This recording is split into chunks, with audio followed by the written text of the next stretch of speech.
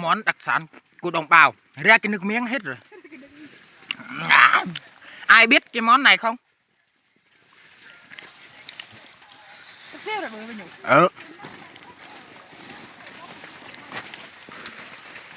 Cái món này đây, ăn với cái này này, ăn cái này đấy.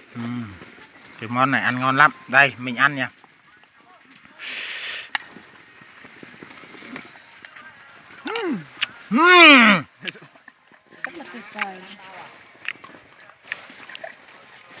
Ngon. Làm nhanh không ảo ảo lấy nước vào đổ nước mắm rồi.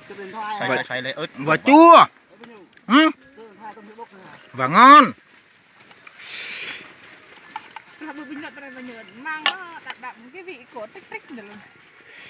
Cái này thêm một chút quả xoài nữa.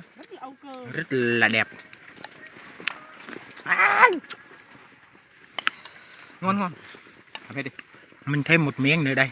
Đây. Các bạn coi kỹ nha.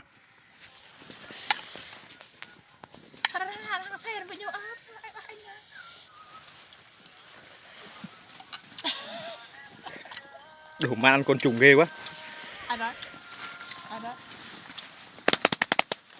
Này đây đây này. Còn một phát nữa lá cà phê, lá cà phê. Không ăn nữa. À lá cà phê nhiều. Cay. Cay đâu? Sát quá không được. Còn thìa đó, làm nốt đi. Còn thìa nó làm nốt đi, mất công mẹ, đau cắn hết cả người.